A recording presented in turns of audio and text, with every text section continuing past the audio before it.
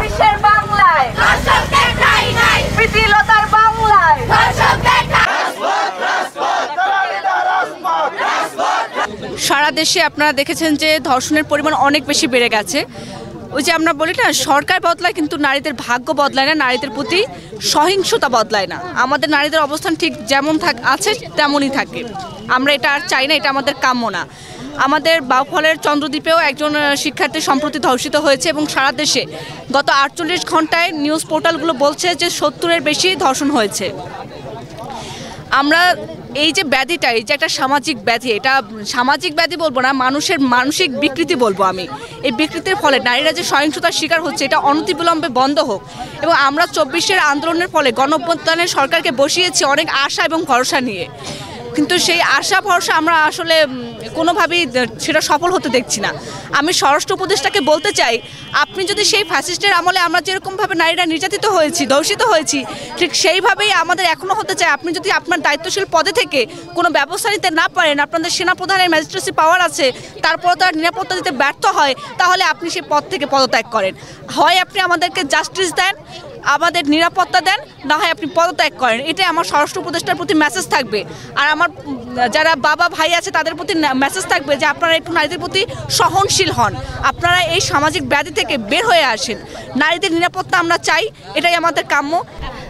আমাদের শাসক বদলায়, কিন্তু আমাদের নারীদের প্রতি যে নিরাপত্তার দায়িত্ব সেটি উন্নত করা হচ্ছে না, এখন অবধি হয় নাই। প্রতি বছরই এমন একটা সিজন আসে যে এই সিজনে এসে ধর্ষণ বেড়ে যায়। তো এরই প্রতিবাদে এবার যেন সংবিধানে ধর্ষকদের সাজা হিসাবে ফাঁসি দেওয়া হয়, তার জন্যই আমরা আজকে আন্দোলনে নেমেছি। এবং যতদিন না পর্যন্ত সংবিধানে ধর্ষকদের সাজা মানে ফাঁসি দেওয়া হবে, মৃত্যুদণ্ড দেওয়া হবে, ততদিন আমরা উঠব না। আচ্ছা, আমরা এখানে আজকে বিক্ষোভ সমাবেশের উদ্দেশ্য হচ্ছে যারা রেপিস্ট আছে, রেপিস্ট আসলে দৃষ্টান্তমূলক শাস্তির ব্যবস্থা করা। কারণ আমরা বিগত দিনেও দেখে আসছি যে রেপ এটা প্রতিনিয়ত ব্যাপার, কিন্তু এর কোনো দৃষ্টান্তমূলক শাস্তি না হওয়ার কারণে যারা রেপিস্ট আছে তারা আসলে নিজেদেরকে সংযত করার মতো এরকম ভয়ভীতি তাদের মধ্যে আসতেছে না। তো আমরা চাই দৃষ্টান্তমূলক কিছু হোক এবং প্রকাশ্য হোক, যার কারণে 24-এ যাতে 24-এর স্পিডকে ধারণ করে প্রকাশ্য একটা শাস্তি হোক, যাতে অন্যান্য যে রেপিস্ট আছে তারা থেকে শিক্ষা নিতে পারে। এবং আমরা যদি ইসলামের নিয়মের দিকেও লক্ষ্য করি, সেখানেও কিন্তু প্রকাশের শাস্তির একটা বিধান আছে। সো আমরা মনে করি যে ওই দিকে যদি আসলে আমরা একটু গুরুত্ব দেই এবং বিচারটা যদি প্রকাশ্য এবং দৃষ্টান্তমূলক হয়, তাহলে আমরা আশা করি সমাজ থেকে এই ব্যাধি ইনশাল্লাহ দূরীভূত হবে। সকল দেশপ্রেমিক বিপ্লবী ছাত্র জনতা, রাম জনতার সবার যদি মাথায় ঘিলু থাকে, মাথায় যদি কিছু থাকে, সেই আন্দোলনকে সমর্থন করবে।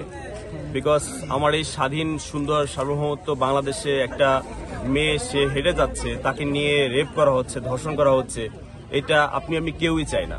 এটা যেন বন্ধ হয়, সেজন্যই কিন্তু আমরা নতুন বাংলাদেশের জন্য যুদ্ধ করেছি।